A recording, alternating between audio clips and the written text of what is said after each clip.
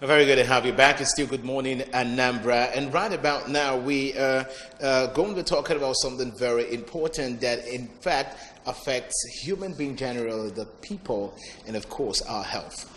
Yes, in Nigeria today, we know how far we've gone in the fight against counterfeit products, but today we'll be focusing on counterfeit drugs.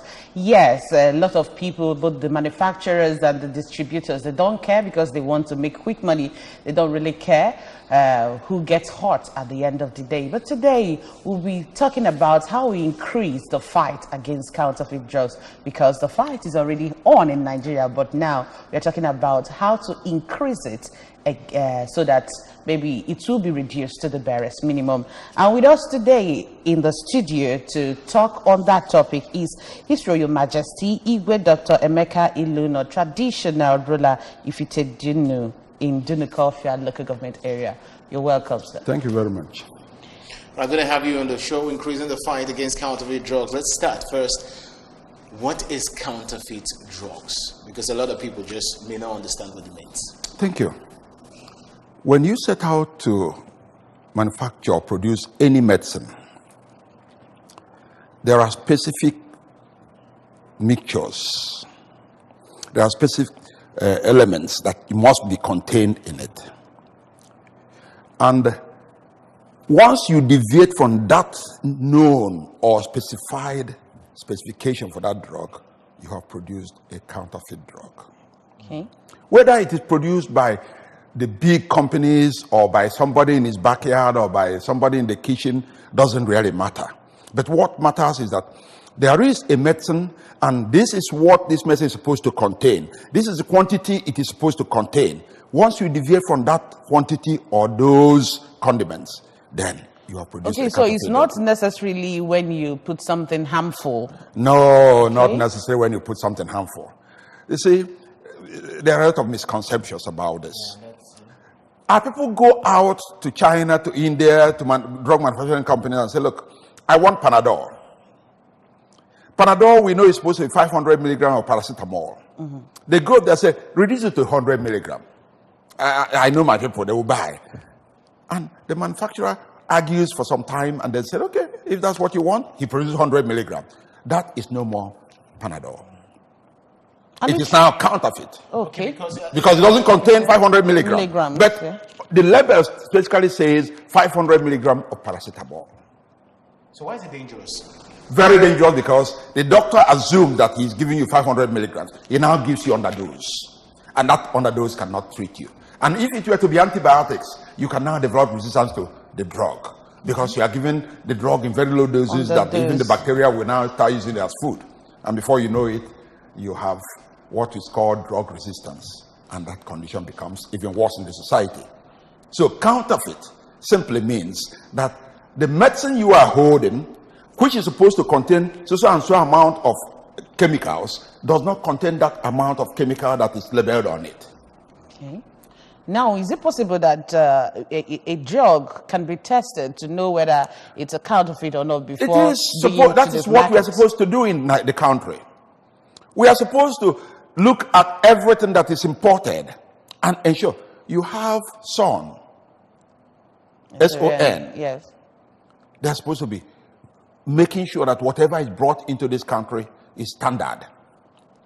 Okay? You have NAFDAC, who is supposed to look at every medicine you bring into the country and say, yes, this is the medicine. They're supposed to give approval that this one contains what it says it contains.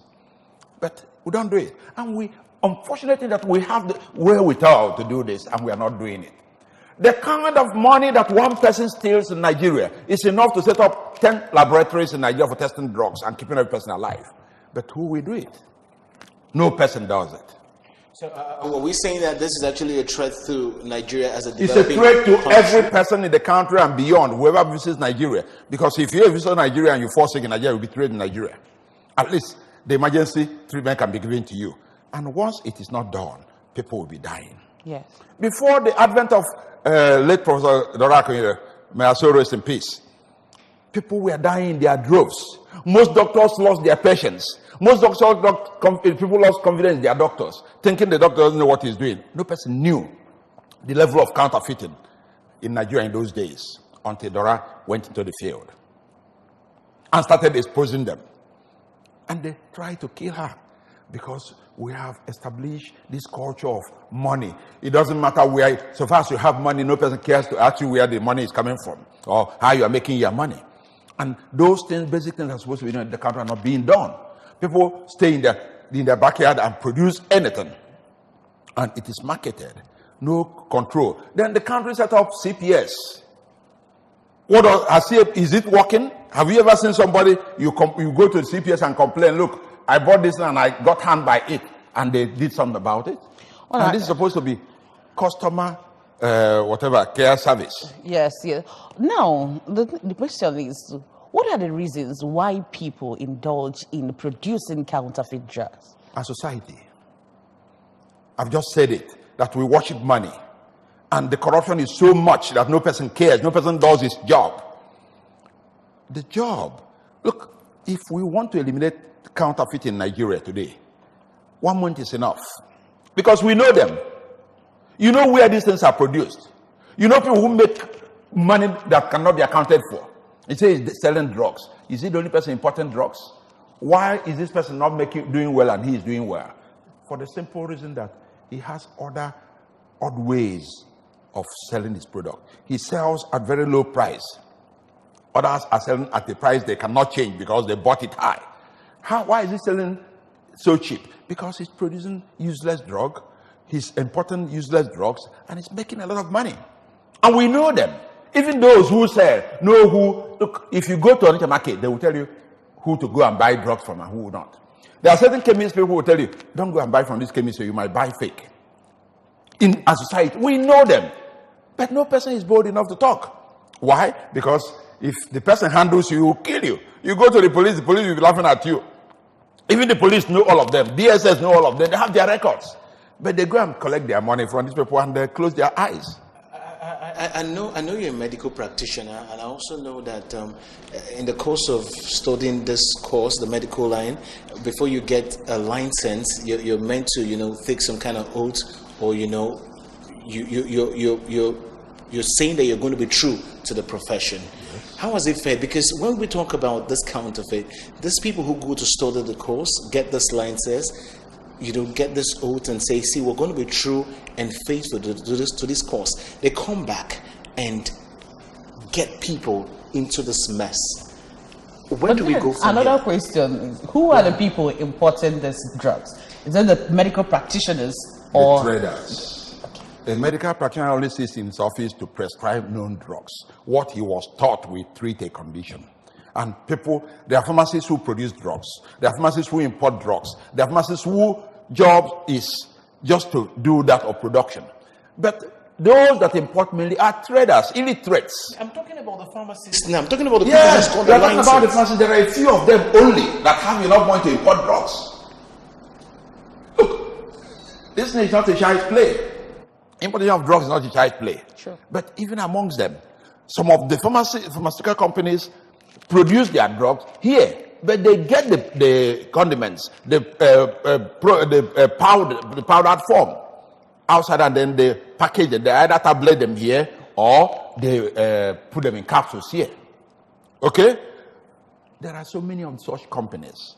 And among such companies, we in the medical profession know that there are some companies you buy their product and you will not get what actually you are supposed to get from them. So you avoid them. Could this be the reason why most of the rich people leave the country for medical attention? Mm-hmm.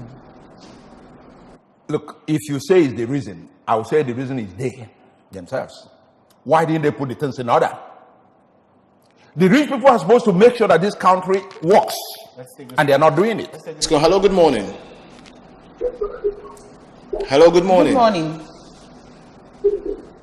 Hello, good morning. All right, Okay. cool. Go ahead, sir. The rich people are supposed to make this country work. They are supposed to make sure that things are put in its proper place for you to work. One rich man in Nigeria can equip a good medical hospital, a medical center. Mm-hmm. But they are not doing it. If I have all the money that I can establish a good medical center in my community, I will do that. And I will not have any need to go outside this country. Because in the course of flying out of the country, you can die in the plane.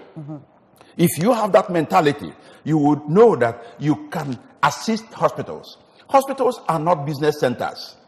They are welfare centers. They are not commercial inclined. Therefore, they need assistance not only from the government that established them, but from every person. But they don't. Go and tell a rich man now, please, can you help me buy an imaging machine? He will not. He will also look at you and bullshit you. Tomorrow you enter the plane and say, I'm going for medical checkup. And he will be proud to say it. So I blame them. I don't blame the practitioners, because the practitioners are looking at them. You give an instance of someone going to China, for instance, and Panadol is 500 mil, Yes. and you tell them to. Yes. The people who probably produce this in China, Yes. are they not as wicked as the people? They are as wicked. But then when you are a manufacturer and somebody comes and insists that if you don't make it this way, I will not buy, and you want to sell your product, remember you're in business. Remember that you are being taxed. Yeah. You will look at yourself. Self-preservation first. How do I preserve myself and my company? So it's about the self. It's about self. About the life. Oh no! They don't care about life. They are there first and foremost to make sure that their business doesn't die. That they survive. They make So enough if money. we are able to fight the system to ensure things are put in order, because all of us are to blame, including you. Because nothing stops you from carrying a placard and standing at Roma Junction and say, Governor, give us something good in the hospital. Have you ever done it? All right. We are all to blame. Yeah. Because we see the bad things happen, we don't talk. And if we talk and you capture somebody, they say it's because it's your brother. That's why you captured him.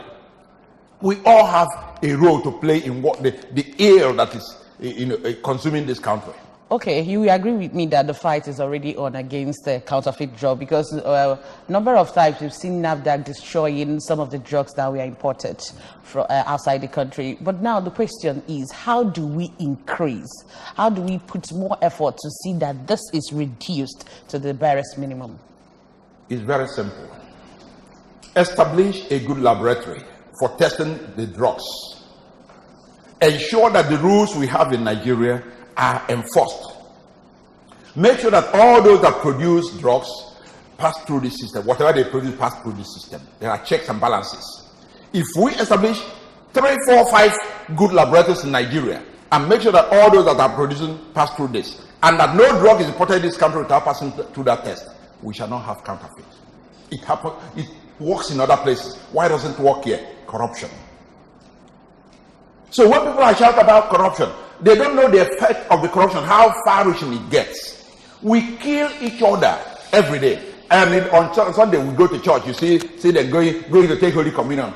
Look, God is a very, very good God. Very merciful God. Otherwise, people will be dropping dead anyhow on the streets. I'm telling you. When I go to church and see some people pretending to be holy, when they have killed so many people the previous hour, and they come to church, and they are welcome. And when they get this money and come, the bishop will give a special seat in front of the church and pray for them specially. And you are telling me that system will work. It will not work. We have a lot of cleaning up to do in this country. And when we don't do that, we keep on the blaming game. We keep on blaming people. But we all contribute to it. Once I asked you who came to me to complain about elections, look at you. Your numbers are enough to bring one correct person, but you will not do it. And they were complaining that this person brought money, that person didn't bring money. See? And I asked them, you are talking about money now, and you want after collecting that money, you will not be influenced by the money? Let us tell ourselves the truth, that except we make sure that the government works the way it should work, except we force the government to ensure that the rules that are in our constitution, that are in our bylaws, that guide production is actually affected, then things will never work. All right. Well, you've heard it from the medical practitioner himself telling us what we have to do to ensure that we defeat counterfeit drugs in Nigeria. Yes, that's it. The fight is not just for the government alone. Everybody. It's for everybody. Everybody. We are all just involved. so that we see that we remove or reduce to the barest minimum the number of counterfeit drugs that are imported into the country, our great country, Nigeria. And that's it. Thank you so much, His Royal Majesty, Iwe Dr. Emeka Iluna, traditional ruler Ifite Dunu in Dunukọfẹ local government area. Thank you so much for coming. Thank you. God bless you. Thank you very much for joining us on today's edition of the program, Good Morning Anambra. This is exactly where we're drawing the curtains on today's show. I'm Ebere Ugonna. And I am Chidima Oramwa. Thank you so much for staying with us, and join us again tomorrow. 9 o'clock will be time for news on the hour, and of course, sports today will be taken shortly. Don't go anywhere. We'll be right back.